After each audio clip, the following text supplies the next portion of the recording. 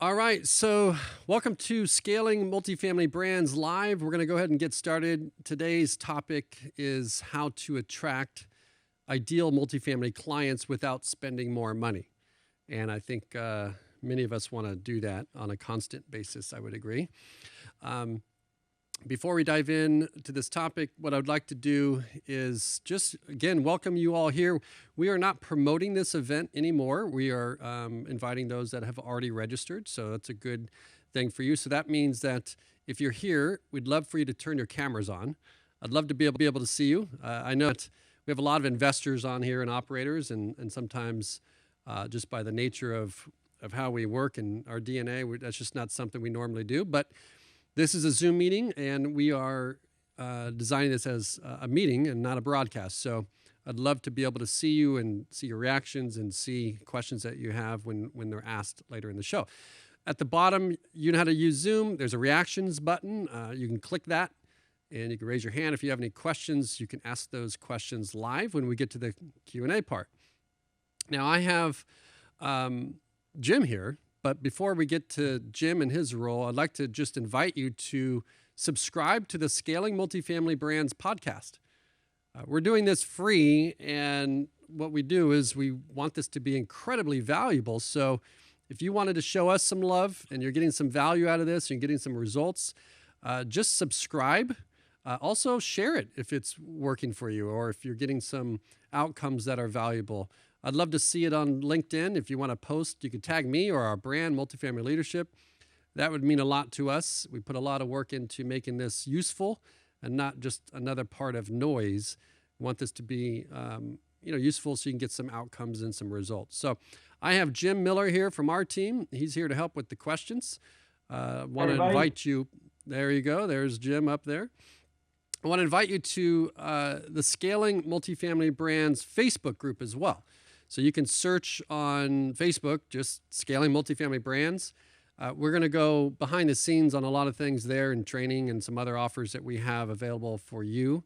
But you can also just go to the show notes on this page, which is mclients.com. In the podcast, you can, at the bottom, there's a simple link. If you can't find it in search, it'll give you a link to the groups, but that's on the podcast page where the show notes are. Just go ahead and click that.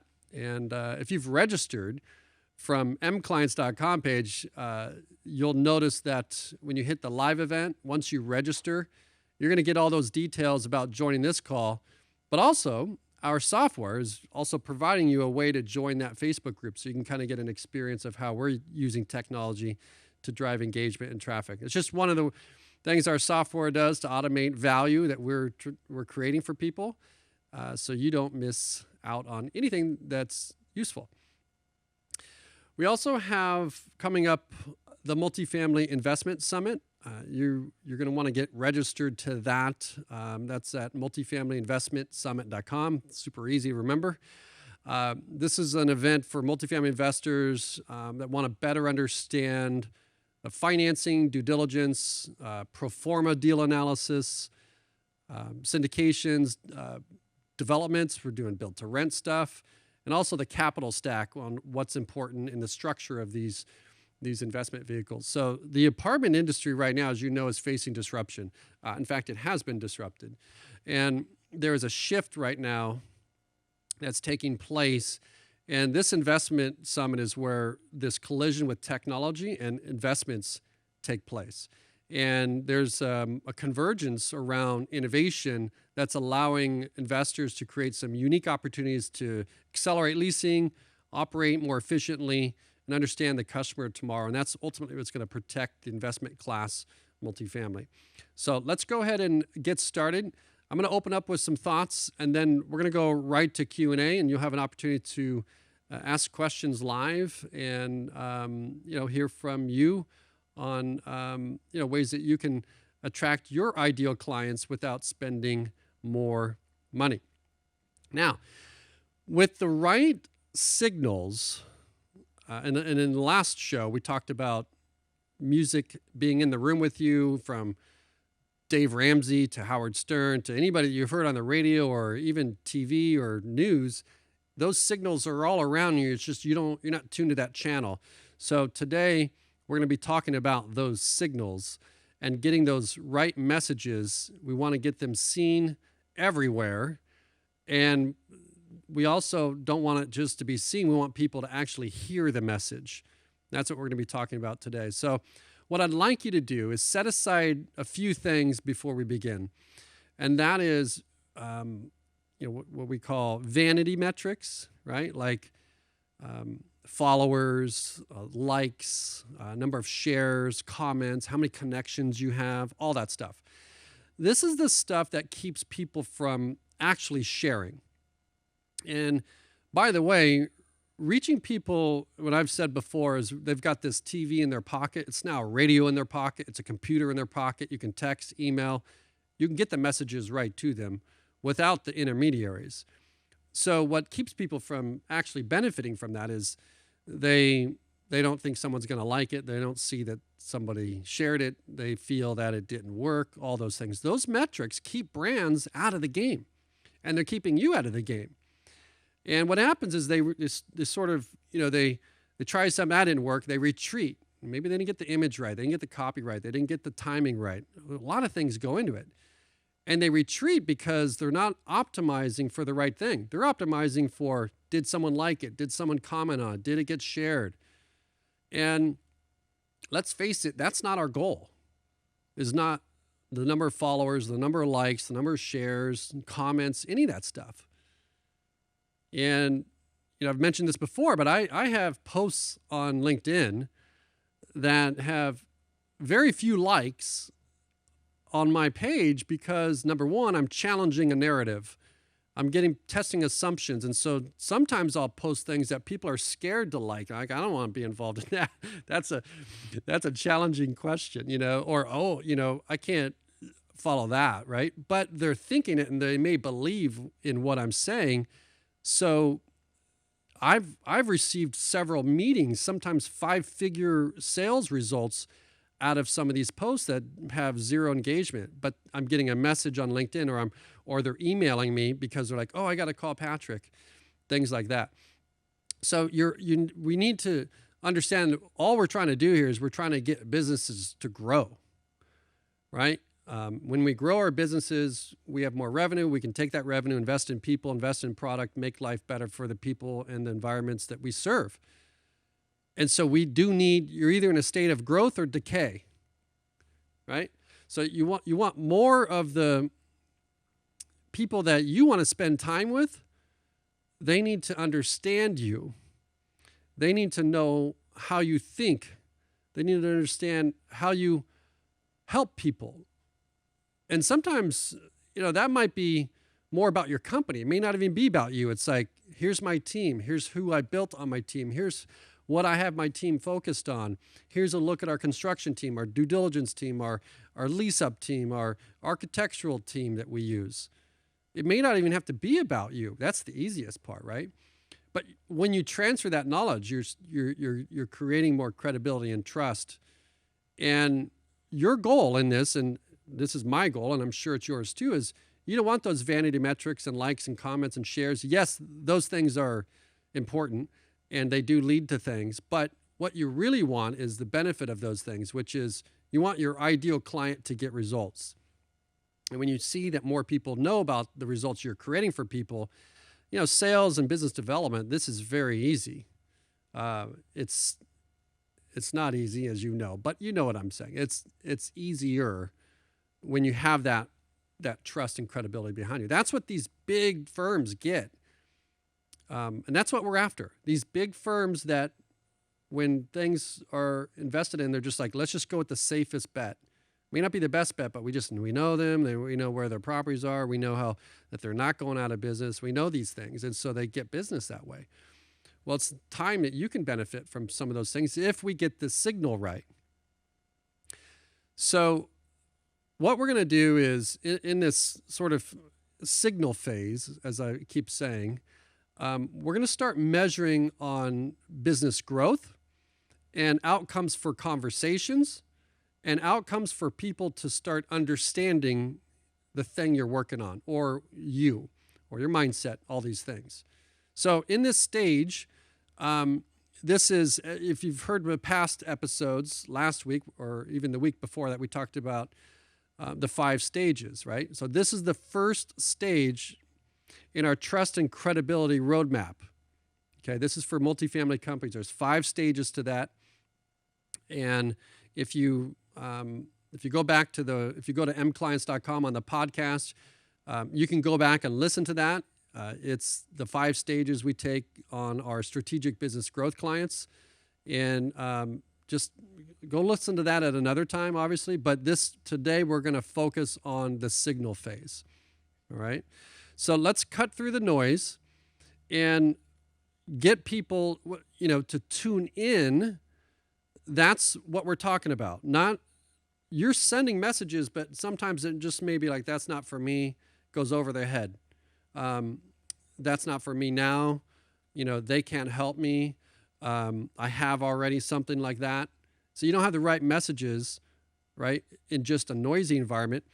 But if you had the right signal, they're going to hear your message. You're going to be tuned into that station, right? Sorry about all the analogies, right? But the first stage in this trust roadmap to credibility and trust for these multifamily companies is signal. And that's all about us cutting through the noise and getting those clients to tune in. Now, just to recap, the second phase is really that marketplace. Where do you hear these signals, right? You want to reach more people. You don't want to just go to events and try and get people to tune in. You want to reach people where they are. They have a TV in their pocket. They have a radio in their pocket. They have a computer in their pocket, messaging systems in their pocket. And that's where buyers are buying today, in that marketplace. And then when we're in that marketplace, the next phase is the education, right? We want to transfer knowledge, right? Which is what salespeople do, right? Just takes some more time. And what we know now is we can actually do that at scale. In fact, I'm doing it right now. I'm in the education phase, right? At scale. Because after I do this, it's going to be a clip, it's going to be a video, it's going to be an article, it's going to be many things, and it's going to serve me over time at scale. As if I were in one meeting with somebody talking about how we can help somebody. And then ultimately, the last phase is our credibility. And that's when we do all these things, we're becoming a trusted advisor. When you're thinking about the client, right? Then when you're a trusted advisor, sales is easy. You're going to move into this phase. Takes a little bit of time. It's not something you can rush and start and stop. You can't start and stop. You don't pull your website up and down. You leave it up because you believe in websites. So this you have to believe in, and it takes time to get there. And you can get there quick. But remember, most people are going to do things and then retreat. They're never going to get to this stage because they retreat, because they're focused on those vanity metrics. So, if you decided that, for example, anybody listening in, if you guys decided that you wanted, our software or our strategic marketing and PR, if you wanted those services, you'll move into the final phase. And that's that that conversation I'm going to have, or you would have in a sales demo or a investor pitch, whatever that is. And by the time they're there, they've gone through the signal, they've gone through the marketplace, they've gone through the education, you've passed through credibility, and now you're in that conversion. And this is when I say sales is easier, because they understand you have the credibility, you're seen as a trusted advisor because they feel that you can help them. And then now your goal in these sales conversations are just understanding your client's current situation and deciding, is there a bigger and better future, something you can help them with. And when you do this at scale, what you're doing is, if you've got 30 salespeople or 30 business development people, or you are improving every conversation that happens beyond this, because it's going to support every salesperson, every business development person. So, even in this group, I find that the higher level leaders, they're listening, right? like I said on the LinkedIn post, they may not like the post, but they're going to message you. They have some ideas around what you said. And even here, you'll notice there's a lot of people on this call, and a lot of people don't have their camera on. There's a reason for that. It's not in their DNA. Maybe it's not even in their DNA to like or even comment. Now, my audience is high net worth investors and leaders, right? They are already winning. We help people that are winning already win even more. So what's their motivation to have that DNA, right? And sometimes they may have grown up in a time where you held secrets very close, right? And that is hurting brands today, right? So these are, I guess, these are benefits to, when you're sharing things. These are benefits for people knowing, your mindset, maybe even again back to how you think. I want to work with this person because I like the way they think. I like the way that they see customer service. I like the way that they see transactions. They know what you're after. They can see how you serve the industry, but it may not be in their DNA to engage. But you're not converting for that. You're not converting for the like, share, the engagement, the comment. You're converting for them to understand that about you. Clients that need help with that will reach out to you. If you share things that, here's how I'm helping clients every step of the way, then they're going to reach out to you. It's a huge benefit from getting these signals right? I also find it's easier to message internal employees. So as we're scaling and beefing up our business, all new hires can just watch videos and see how we think. The mindset of, how you serve and reach people is now known to all employees. Last year, or it might have been 2 years ago now, year and a half maybe, during even COVID, I did a 4-week live training, and our goal was to serve our industry with strategies, these strategies on how they could scale and grow. We did a live training. I went live for a couple hours. It was every Wednesday for an entire month. And so when Jim, who joined our team recently, came on, we had detailed notes about that training. He was able to binge watch that training and transfer our strategies to a new hire without even me being there. So there are productive reasons for sharing that it allows your employees to tune into your signals and get that message. So you're also signaling internal employees, internal customers.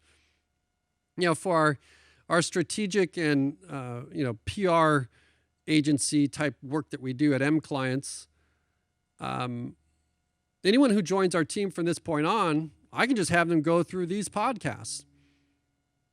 Now, you might ask, well, why is that important? Well, typically for us, like when you hire a PR or marketing or a strategic firm, the main principals, have this great track record and done these things, and they're in the pitch meeting, and they're there to close. And then what happens is after you become a client, you get assigned to a junior account executive.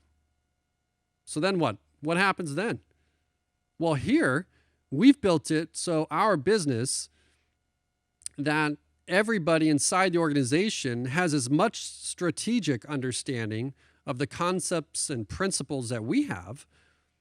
This helps our clients when we work with them. So what could you imagine in your business would benefit from that? People probably can't even take vacations in some cases because they hold all the cards, or they have all the contacts, or it's all in their cell phone, or whatever that may be. When you're extracting that knowledge of your business, when you're doing that, you're signaling to the marketplace how you help people. Clients are going to want to be part of that. And you just have to be sharing it. So now, now we talked about some people not having their cameras on, not in their DNA to do this. So who can do this?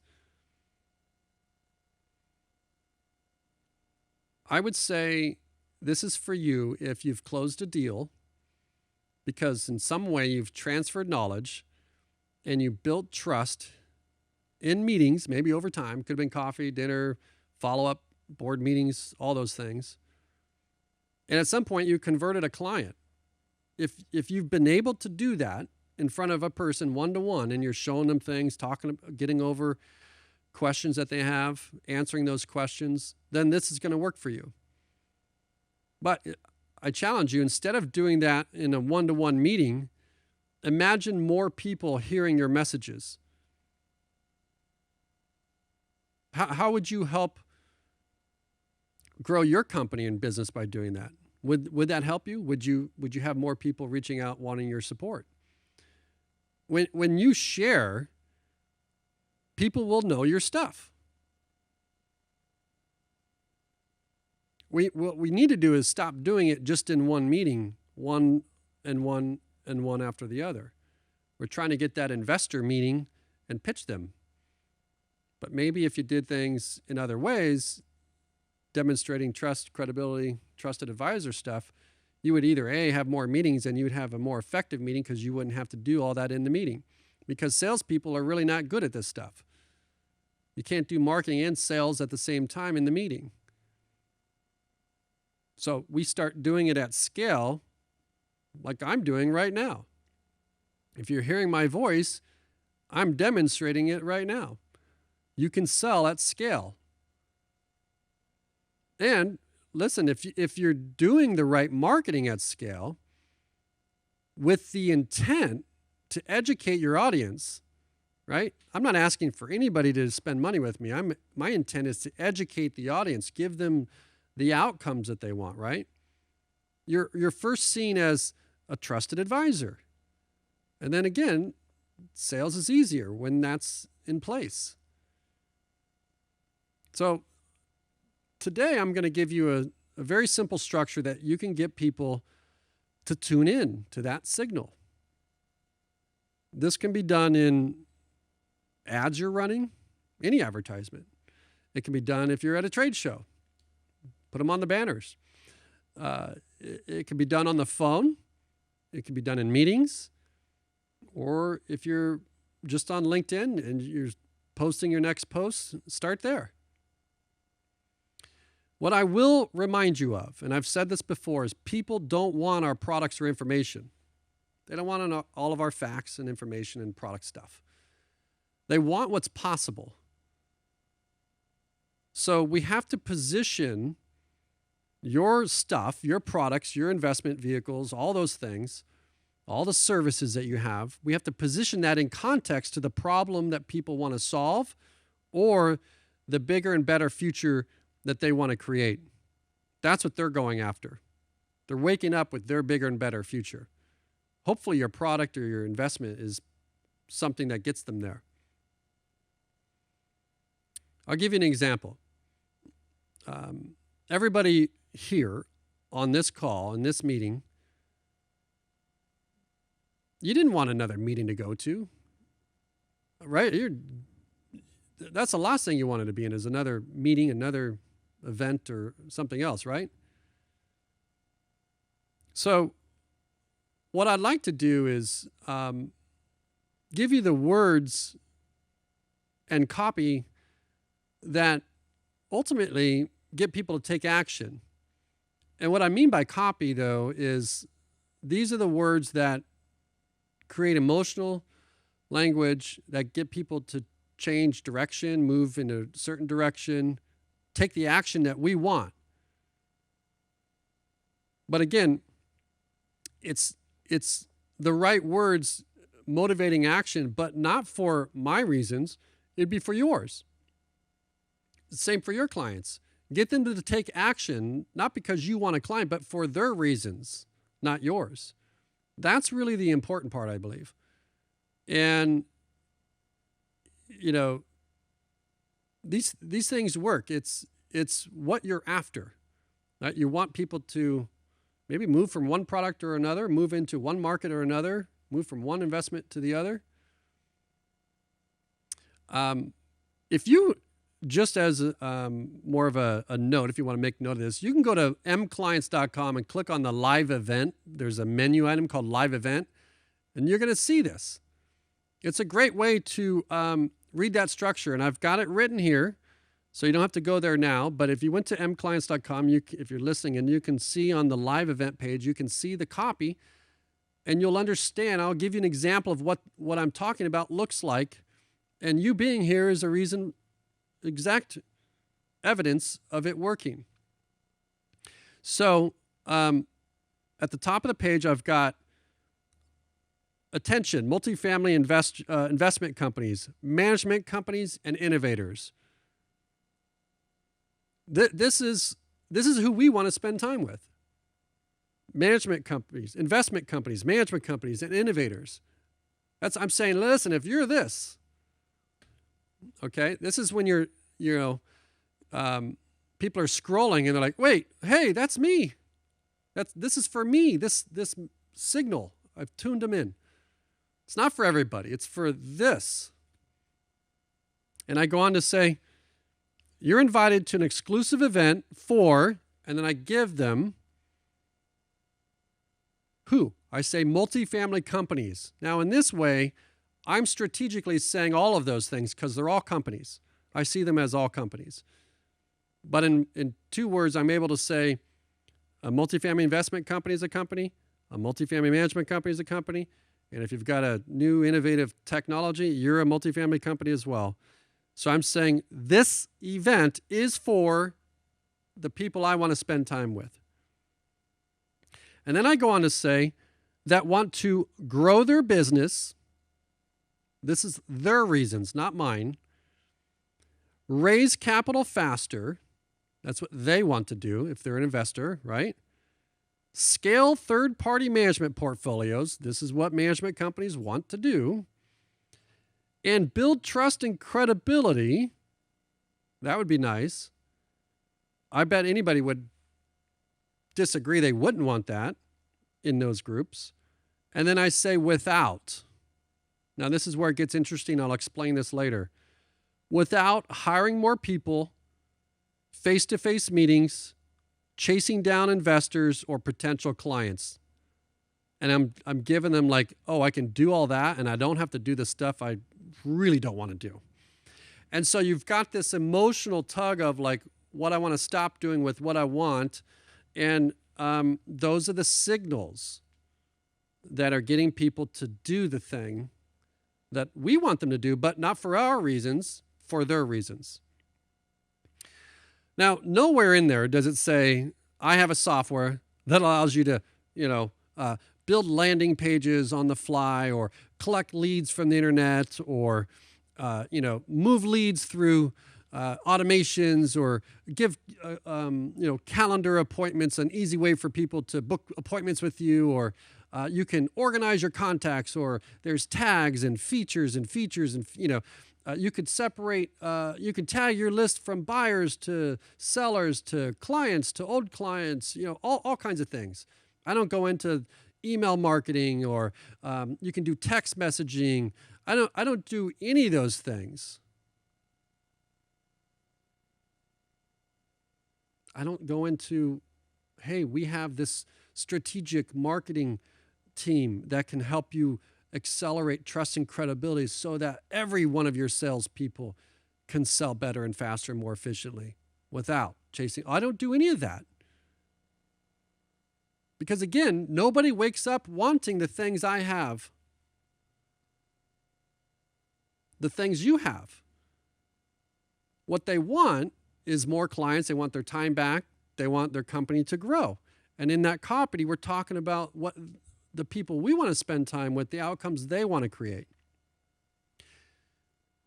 So here we are right now. We're in the sort of this education phase in our 5-step, we're educating, right? This is the trust and credibility roadmap. And once you start seeing how these strategies work, it's the last people that are going to, I guess, get the results, right? And they're going to get the results from education in the marketing. So anything that I post, life can get better for somebody, or they can get an outcome, and they don't even have to spend money with us. They're getting this education in the marketing. And in this education phase, you heard this from, and I think I saw him on here, Sherman. He came on, there he is, waving us hi. He came on last couple weeks, maybe might have been last week or the week before, and we were just talking about these types of things. And in the Q&A, he's like, hey, I took some of your advice, and here's what I did. He took some action. He didn't just learn it and know it. He actually took some action. And that's where the magic is. You look at like, in the education phase, you demonstrate, you help people by actually helping them. And then again, now people start moving into like, oh, this is interesting, the trusted advisor role, right? So you want to demonstrate you can help them by actually helping them. When you do this, you become that expert. And again, sales is easier if you're trusted and you're known and they trust what you're doing. And you may be able to get the same results even if somebody doesn't buy from you. Sherman is not a client of mine. He hasn't bought from me. He's on this today because A, he's getting some value. And that's what your marketing should be, is where no matter if they're a client or not, that life gets better for people or a problem gets solved, even by engaging with your free marketing, right? If someone wanted, the right marketing tech and sort of this strategic strategy, I don't even know if that's the right adjective for that, but if they, and then beyond that, they wanted also more exposure to multifamily, and I'm doing all these things. Do you think they're going to call anyone else but us? Hey, Patrick.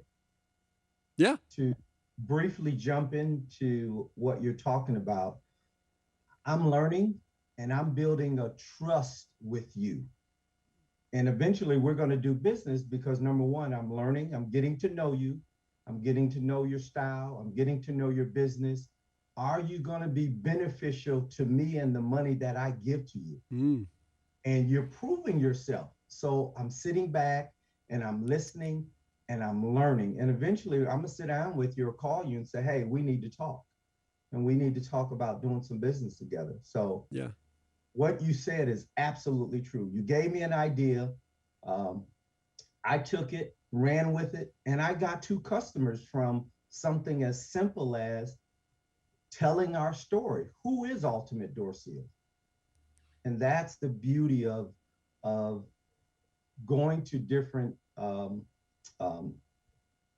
webinars and just listening and receiving information. And it's free. And I don't mean that in a negative way, but it's free. Right. I love it. Thanks for sharing. I love that. Absolutely love that. And it means a lot, because when you get to that point where you just create so much impact and love on the results that the people you want to spend time with, then you don't get into a situation where you need sales. You get to choose who you want to work with, right? And if Sherman decides at some point, whenever that is, he wants to jump on a call with us, number one, we're going to make it easy for him to do that. Secondly, we won't have to convince and do as much proving of will it work, because number one, if he's been through the process, then he's more likely going to be the type of client that's going to get the most out of the things we do together. So let's give you somewhere to start with all this, because I've talked at high level about these things and tried to show you some examples, read you some pages of what we're doing, and you're going through the process yourself. So I want to give you somewhere to start. And by the way, like drawing or speaking or doing videos, writing about anything that you do, the more you do it, the better you get at it, right? But when you have the formula, it's a good place to start. And then you start seeing things in formulas.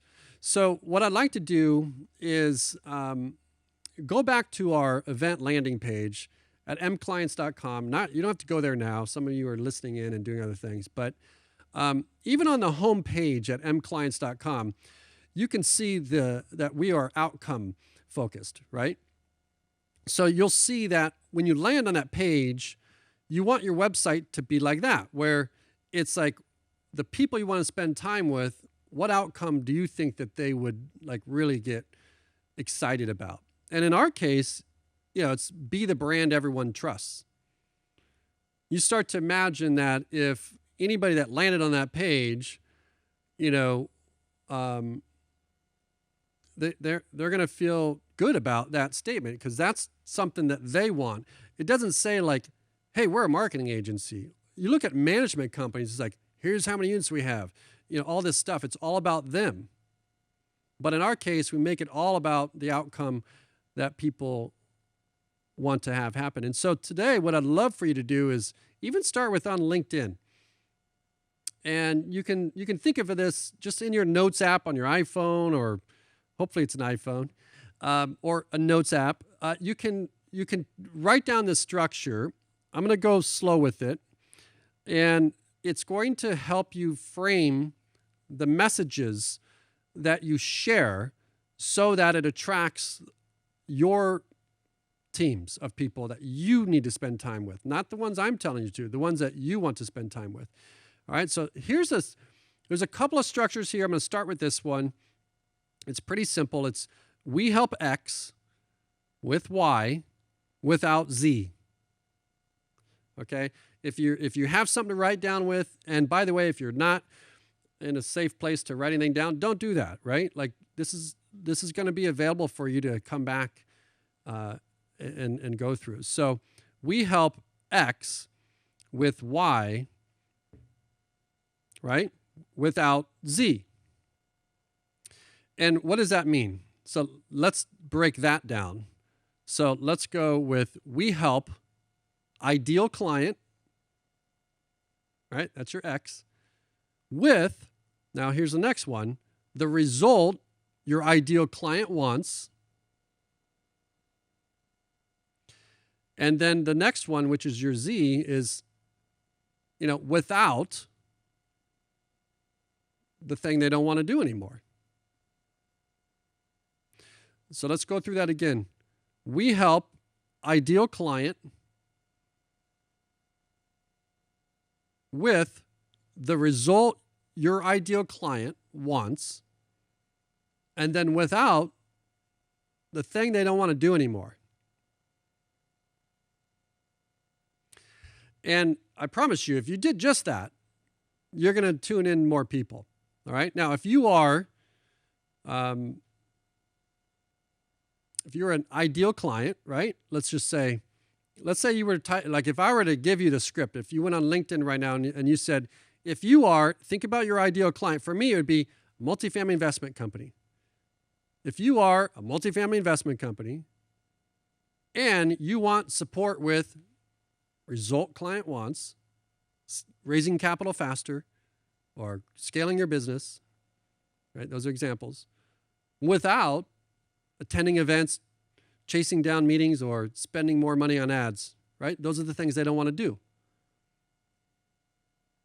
So you can go back and do that. So let me go back to that. If you were to write that on LinkedIn, I guarantee you're going to get some people. They may not like it and share it and comment, remember, but the goal is that they call you and they end up in a meeting with you, or you have an opportunity to help them understand what you do. So again, it's if you are and then your ideal client, it could be if you're selling marketing tech, if you're a marketing manager and you want support with deciding what marketing tech to do, whatever that result your ideal client wants, and then the without. The without is what frustrates them. This is how we're getting high-level leaders to show up to events that would normally, they would think that this isn't for them. And I'll give you a specific example of that, and I've said it before. We had a staffing company, and they were focused on, trying to get employer accounts so they can place maintenance technicians or staffing positions, right? So they were focused on maintenance technicians. Without the right signal, it would have been different. Hey, come to this event on about a staffing company and how we're great. Here's how we got some of the top level leaders to show up to an event that went beyond their role.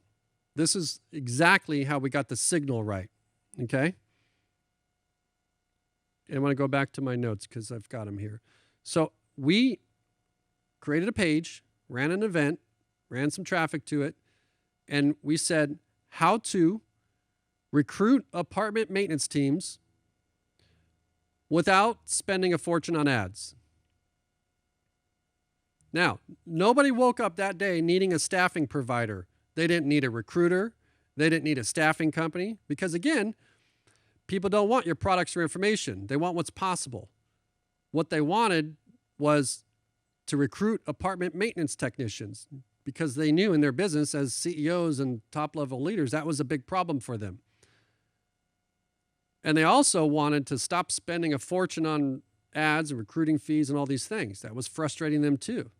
They were spending money and still having the problem. So when you marry the two of those things, you get that signal and like, wow, let's jump on this. This is important. All right. Now, this is a structure that we use, which is called how to desire without non-desire. Listen, I told you this works in ads, it works in meetings, it works on Zoom meetings, it works in phone calls. So think about this. You get on a Zoom meeting and you've got a technology that allows people to do self-guided tours or it's credit reporting. It could be anything. Whatever you have, it could be anything, really. You jump on Zoom and you're like, listen, if you want to rent faster without driving up delinquency, then this is going to be a great presentation for you. You're going to be excited about what I have to share today. So what did I get? Well, wait a minute. Why don't people want to rent fast? That's the without, right? They want to rent delinquency. They're thinking like you're going to have a problem collecting rent if I rush through the process and just allow anybody to move in within 3 days. But they also want to rent at an accelerated rate because they know that the time value of money is significant to them. So you're giving them two right in that statement. And that is how to desire without the non-desire. So you need to be empathetic and think about your clients. What do they desire? What do they not desire? And start messaging with those signals to get to them in that way. So that was a lot. I hope I gave you some tactical structure to actually do this yourself free, right? And I would love for you to, do it on LinkedIn. Don't tag me on that type of thing, right? If you want to take a picture of it and text me, I'd love that. Email it to me. I'd love that. But the reality is do something. Take that action. You saw Sherman take the action. Take the action. That is guaranteed to focus attention and get people to tune in so then you can be heard and they can start discovering how wonderful the thing that you're working on is, and you cut through the noise. So I'm going to cut it right there and go to questions if you have them. I know some were submitted. We have some questions already. We have a little bit of time here, and I'd like to open it up to anybody that has any questions. Jim, if you have anything, I'm going to just take a little sip of water here, and we'll start there. All right, awesome, Patrick. Let's see. Do salespeople need to be good at, last week we talked about 5 stages. So do salespeople need to be good at the 5 stages, or is that only for marketing? That's a great question, actually. I will tell you, the great salespeople actually do these things. They probably wouldn't tell you they're doing these things, but I can observe them in action. And I think salespeople absolutely need to understand this structure, because technically the way businesses are set up, if you're not working with a team like ours and we're focused on keeping you down and knowing when to do, it's like a recipe. If you get the ingredients out of order, you can mess it all up. So if you're not working with a strategic team like ours to make sure that we're following the recipe, then you're likely in a situation where your partners are saying, we need to close out the fund. Let's get some investors. Hurry, get some meetings. Or you've got a software technology, and it's like, what have you sold today? Who's buying? Who's in the pipeline? All those conversations. And so now you're, as a sales team, or investment sales, whatever it is, you're tasked with the idea of, in one meeting, in one pitch, in one demo, I've got to build trust, credibility, prove product, educate, convince them, right? And then all in one meeting. And so to the extent that a salesperson in the public forum, LinkedIn, all of those things, can do simple things, like even taking a picture, it could be a picture of like me right here. I'm doing this thing. I'm meeting with a client and using the signal and those messages. Hey, I'm in a meeting right now, or about to go into a meeting, and I'm here with ideal client, not the company name, but I'm here with a multifamily investor, a management company, and they're looking to, what does the ideal client want to do? They're looking to, lease their apartments up. And so I'm excited to go in there and show them how we're helping them do that. Right? So that's a salesperson going to a meeting that can take advantage of the meeting itself, even though in that meeting they probably haven't heard anything about you and all that stuff, and you have to sell. But at least take advantage of doing some marketing about going to the meeting that allows you to start building that trust and credibility. So then the 3 other meetings you get from that meeting start to make sense. So that's what I see is, and then you look at, like, we all think trade shows work, but you know what works with trade shows is just posting on social media that you're at a trade show. That's the only thing that works. And I'll tell you, anybody that wants to fly on Southwest, come to Phoenix, where they have a huge hub, for plan in advance, it's $49. Fly to Phoenix. I will put on our video wall everything that you want to do with your product or whatever, and we'll take a picture of you, and we'll just say, hey, we're at the, exhibitor hall live studio, and then you have a picture of you in front. It's the same thing. And that's the marketing that salespeople do when they're out doing other things that actually works. It may not be the conversation in the meeting at the trade show or the meeting in the demo, but it's the fact that they tell people, like, I'm spending time with ideal client, and these ideal clients want to do these desired bigger and better things. And then our product is helping them with that. And so a salesperson, if they get those things right, you're starting to attract other momentum around the solutions that you offer. So definitely a salesperson is going through those things. They're swimming upstream if they're trying to do it in a demo. Now, here's the cool thing.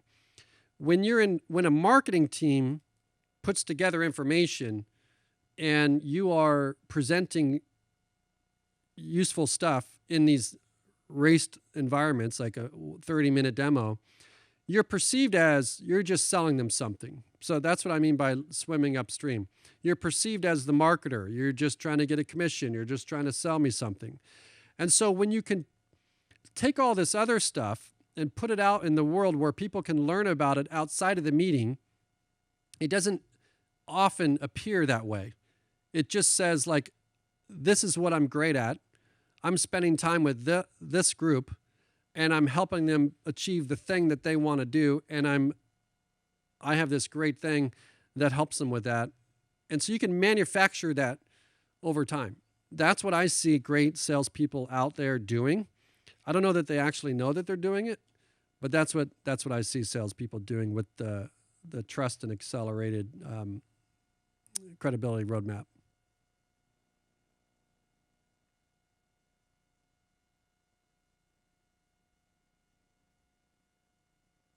All right, very good. Let's see. I have another question.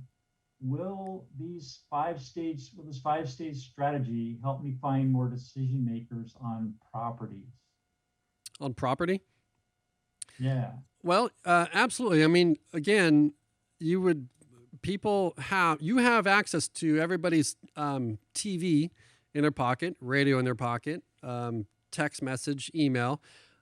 Many of you probably opened that email first on your mobile phone and got here on this call. So I think you have to look at the format of where people are spending time, right? So when you go through these stages, it just goes back to what we've already talked about at the top of the show, which is when you're clear about, when you say properties, I would say, is it, student housing properties? Is it senior properties? Is it lease up properties? Is it reposition properties? I would get real specific about who you're really helping, right? But when you go through the stages, starting today, because we're focused on signal today, starting with signal is get that signal finely tuned in to where it really feels like this is for me. This video is for me. This meeting is for me. This this post is for me. So if I'm reaching out even on a cold outreach to a property manager, right? I'm starting to think about what's their life look like today. Is it rent collection? Is it, are they serving notices because they've got a big construction project? I start thinking about those things, and it's like, hey, I'd love to jump on a call with you, without taking up your entire afternoon, right? So now you're starting to think about things for their reasons, and if you've done the credibility things, those 5 stages, by the time they see the email, by the time they open it, hopefully there was some value that was contributed before that. So they're more likely to say yes by the time they get to the conversion. Most people are rushing right to the conversion phase. Just give me the call, give me the meeting, give me the deal. Here's the contract. How do we close?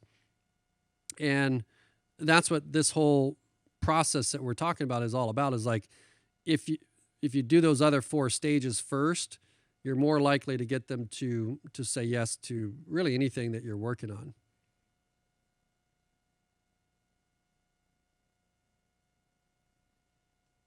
We still have a good group here. Anybody else have any thoughtful questions?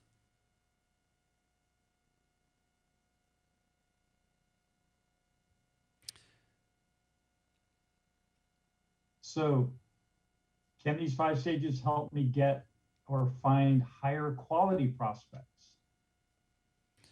Yeah, I think,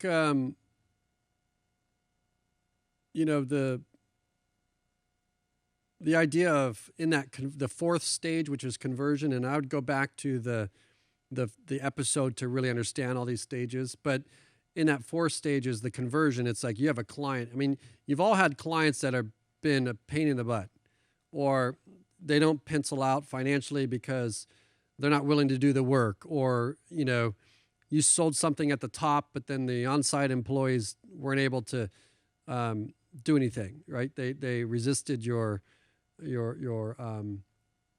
product because they didn't take the time to learn it or even implement it. So, again, thinking about ideal clients is like, listen, if you're a client or if you're a customer and you're serious about, making life easy for residents and, moving people in faster, all of those things, and you're willing to, spend an hour at least with our onboarding team, and then so all of these things that you're signaling, you end up with those people that are more likely to succeed in your environment, whatever that may be. And so I think that definitely plays out with quality, because if you get all this marketing right, you're not taking sales because you just need the revenue, right? And that's where it gets really interesting. Um, is you're working with brands that really enjoy working with you. They're at the highest level, and you are feeling like they are quality. Absolutely.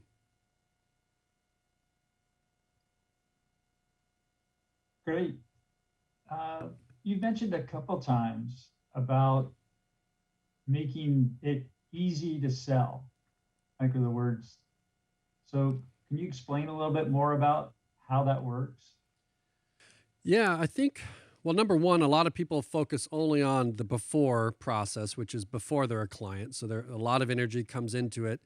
And a lot of times there's a big gap between what the buyer wants and the way that they consume content and information and what you have as an offer. And so when you are you're going to get, if you get this marketing right, you're going to get more conversions, and more efficiency with those, even in the time span of that, if you get this marketing right. Now, what I mean by that is customers are never always, they don't always tell you why they don't convert and what their real questions are, right? Because we grow up and we like people and we don't want to let people down and we don't like to say no, and that's a tension that people don't want to handle that day. And so when you're doing things in these stages, what you're really doing is you're knocking down obstacles that they're not even telling you about. And you know that because you've looked at other places in your conversations with clients of where they've leaned in, right? Like what gets them excited to where they say yes, and where they're like, well, let me bring in another person to the conversation, or maybe they need more financial information in that presentation, or who else does this work for? Okay, now we're talking about there's no credibility and trust, right? So when you do all these things in these stages, then you start to solve for what we call like the during and the after experience. So what's it like while I'm going to become a customer? If you're selling apartments, it's like, what's the move-in process look like? Right? I'm paying movers at X amount of dollars an hour. You're going to make me sign all these forms last minute and make them wait. That's the during. And then the after is like after I move in or after I become a client, what's life going to be like? Do you have a support team? Are you going to answer my emails? Are you going to, is this going to be like the other thing I went through? And so when you're answering these things in these stages, um, you don't have to do those things in the demo call. You can actually start thinking about, more meaningful conversations because you don't need to overcome those hurdles. And you might be fighting something that isn't even something you can solve. For our software, for example, we have a software that I used to spend all kinds of money from HubSpot to Salesforce, all these forms and calendar programs and email marketing. I had thousands of dollars of software and we brought it all into one. But to us, someone might have had a bad experience with, after they invested in all this software, like, oh, I got to hire a consultant to figure all this out, or it doesn't plug into this. And so customers are going through this in your conversations. They're just not telling you. And so when you move those things out into content, out in advance, then you're starting to move the sale forward in ways that they don't even know it's happening. And you don't either, because you may be a salesperson and your company created this content. And that content was important because they're doing research and they're looking at like, what's going to happen after I become a customer? What's going to happen if this happens? And that content or messaging is out there and it's serving the sales conversation. So I definitely think I absolutely think it supports. And if you're individually just in charge of just sales, I mean, these are the things I'd be doing right now. And how do I start? I look at the conversations I'm already having. What are the objections? I guarantee you they're all the same. And start answering those questions out in advance. Because now you're selling at scale. Excellent. Okay, so how do I know if I'm using the 5 stages correctly or not? Well, when clients are calling you, that's when it's working. And, um, I mean, that's the simplest answer. When people are referring you business and clients are calling you.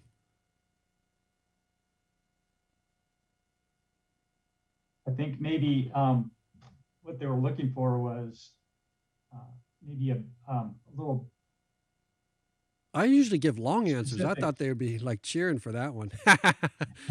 Yeah, we some specifics on like you gave us um, a template, put some words in, right? So is there anything maybe more structured like that that you could offer Yeah, as I'm absolutely. learning So, how to do this process? yeah, go back. So, in the show notes, we're going to give you that in the show notes. So you'll have that if you weren't able to write it down. Um, you're going to know it's working when, again, clients are calling you and you're getting referrals. The other way you're going to know it's working is when you're getting messages and people are like, reaching out to you. And they're reaching out to you truly in a, not can you sell me something, but the way that you're engaging is in an education thing. So they're reaching out to you more probably for advice. Like, what do you think it's more for advice. So that would be another signal. And then the structure of it would be you you know that it's working when the people that are reaching out to you are your absolute perfect clients.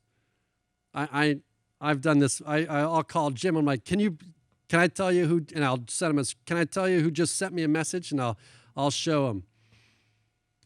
And it's like pretty phenomenal, right? And so you'll know it's working when like your dream client reaches out to you, when the people that reach out to you have a problem that you can solve. And what I mean by that, maybe it's your product. It may not be you, but it's you represent the product that people can solve. That's when you know it's working. Right. What I'm finding is we get more calls for higher level sales conversations instead of basic questions. And then we can move into a sales conversation that leads to a sale instead of working through all kinds of basic things. It's That's much more right. fun. Let's see. Let's do one more. I know that we're coming up. I want to respect everybody's time, but let's do one more here. What are the best ways to use the 5 stages to find investors for my deals? Yeah, I believe it really is the same for no matter what you're doing, right? Any product. I mean, it could be dating. Okay, that's how I got Carrie to call me. No, that was a joke. But the point is, you have to have the types of things in place that if you did find your ideal client, that you're ready for them, right? And so, maybe you don't want to go out there full steam ahead if you're just beginning. You want to get some victories under your belt. You want to get some track record under your belt. You want to get some depth of team under your belt. So your goal is not to get the investor at this point. Your goal is to get those things. Get a seller to believe in you so they can get a deal. Get a employee to believe in you so you can have the team to fulfill and execute a great deal. And then now you have a track record, a full cycle result. Now you go at scale and get, more investors at scale. Because, the last thing you want to do is attract the type of client or scenario that could change your life and not be ready for it. Right? And smart technology software do this through beta testing. They'll just pluck off a few private clients and get some feedback going, get some use case under their belt. And so by the time they go to market, they could have more effective conversations. It works the same thing with investors. So imagine I'll give you an example. I have an iPhone right now. Believe it or not, I didn't get this until 2015. I was on Android before that when I was in California. So when I moved here, all things got better, including my phone. And I mean here is in Arizona, Scottsdale. What I did with that is I tried iPhone when they first started. And I about threw it out the window because I was used to a keyboard and all these things at that time. And so for years, I had the presupposition that I didn't like it, even though their brand got better. And this is a brand that today a lot of people hold as the highest quality in terms of product, right? And for years, I discounted their product because I had a presupposition about it when it was like in its early stages where it actually wasn't good. So if you go too fast as well, that could be problematic, right? So now, because I've experienced the product, it's further down the journey. There's nothing you could do to take me away from that product. And that's the after the sale thing, right? I'm referring people to it, that kind of stuff. So I think for multifamily investors, you have to look at where you are in the journey, and just following the same stages, getting clear about what kind of investor do you want? You want one that's hands-on? Do you want one that's an LP investor? Do you want a JV partner? How do you want to grow? And use those messages in the structure to attract those types of investors. Specifically, let's say you wanted an LP investor that knew nothing about apartments. And you wanted that because you didn't want them to ask about the thresholds and the corner weaving on buildings and all the details because you didn't want that type of investor. Again, then you would draft your messages in such a way that you would get the passive investor. What do? Are they surgeons? They're so busy saving lives, they don't have time to ask you questions that would annoy you. Then put those in the messages. So you have to get really clear about the type of investors you want, pass that through the same process, and it works for anything. All right, that was awesome, guys. Appreciate you sharing the time. We've come to the end. I don't want to go too far over. There will be another one. I hope this was helpful. I would like to keep the conversation going. We have many different places you can follow us. We're on LinkedIn. Go to Multifamily Leadership on LinkedIn. We'll be posting some recaps and other podcasts and all kinds of things that could help you go faster, develop new capabilities, and really create some wins for you. And if you'd like some behind-the-scenes access, you can continue the conversation. Also connect with each other on the Facebook group. That's Scaling Multifamily Brands in the groups on Facebook. You can search that, or you go to a former podcast episode. It will be in the show notes. Love to see you guys connect. We'll be doing some fun things in the group as well. We're just getting started. And if you'd like show notes, like I mentioned, if you want to listen to this episode or past episodes, go to mclients.com. That's the letter M as in Mary, or multifamily. That's mclients.com. Click on podcast, and you can enjoy some of these episodes. So again, if you're on Apple, which I hope you are, or any other device where you enjoy podcasts, if it's Amazon or Spotify, Google, iHeartRadio, whatever that may be, just search for Scaling Multifamily Brands podcast. And, we're doing this for free. So if you find it valuable, subscribe. I would love for you to share with someone. Heck, post it on LinkedIn, whatever that is. And that lets us know that we're doing some value. And, you can tag us. I'd love to see that. And we'll see you guys in the next episode. All right. See ya.